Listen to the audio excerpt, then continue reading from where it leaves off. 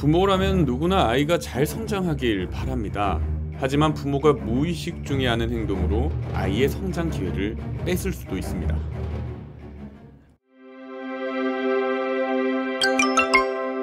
아이가 신발끈을 묶고 있네요. 부모님이 조금은 답답하셨나 봅니다.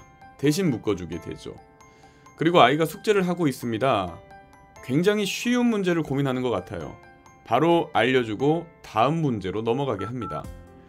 아이의 그림이 삐뚤빼뚤하네요. 이렇게 그려보는 게 어떻겠니? 라며 선을 좀 더 예쁘게 그어보라고 합니다. 신발끈을 대신 묶어준다는 것, 숙제에 푸는 방법을 알려주는 것, 아이가 열심히 그린 그림이 좀 더 완벽하길 바라는 마음에 조언을 해주는 것, 부모라면 누구나 흔히 할 수 있는 행동입니다.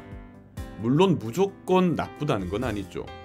근데요, 신발끈을 스스로 묶는 아이를 보면서 대견하다는 생각을 하고 지켜보는 거 어떨까요? 많은 문제를 푸는 것도 중요하지만 스스로 문제를 해결하는 것, 옆에서 지켜보는 건 어떤가요? 그림을 조금 삐뚤빼뚤하게 그리는 게 우리 아이의 창의성은 아니었을까요? 이러한 사소한 행동들이 누적된다면 아이들은 과연 어떤 생각을 하게 될까요? 부모님이 대신 해주는 게 당연하다? 나는 할 수 없나? 대신 해주는 게 편하긴 하지. 부모님의 생각과 다르면 잘못된 건가?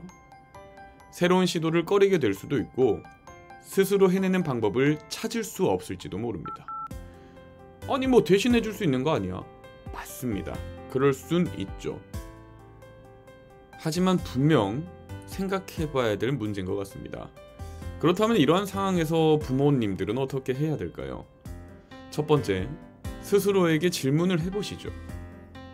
지금 내가 도와주는 것이 정말 아이를 위한 것인지, 아이가 스스로 해볼 기회를 잃는 것은 아닐지, 이 질문을 통해 행동을 멈추고 다시 생각할 시간을 가져봐야 됩니다.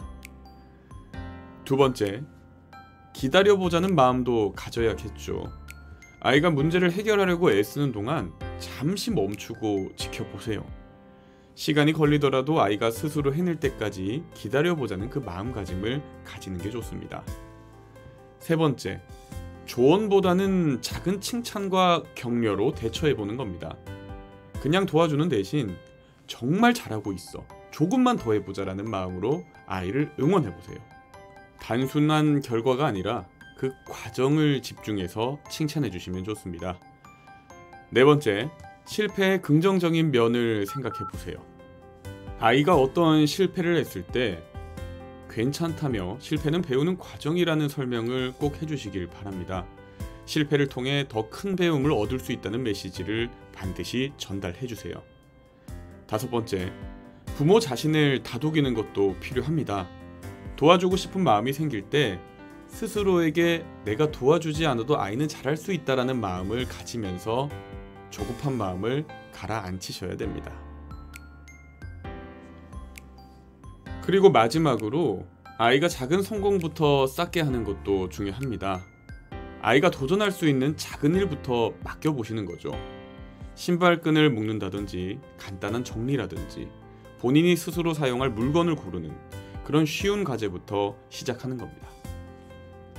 아이와 함께 성장할 때 부모가 해야 될 것이 더 많은 것 같죠. 부모가 아이를 돕고 싶은 마음은 당연합니다. 하지만 그 도움이 때로는 아이의 성장을 막을 수도 있다는 거, 오늘 이야기를 다시 한번 생각해 보셨으면 좋겠네요. 아이는 스스로 해볼 기회를 통해 자립심과 자신감을 키워갑니다. 오늘부터는 조금 더 기다려주고 믿어주는 부모가 돼보는 거 어떠실까요? 우리 아이들은 그만큼 더 크게 성장할 겁니다. 여러분은 어떤 순간에 아이 대신 해준 적이 있으신가요? 아니면은 스스로 하게 해서 어떤 좋은 결과를 내셨나요? 댓글과 여러분들의 이야기를 남겨주시면은 다음에도 유익한 주제로 찾아뵙겠습니다. 지금까지 아이를 바르게 이끌자 아바이였습니다.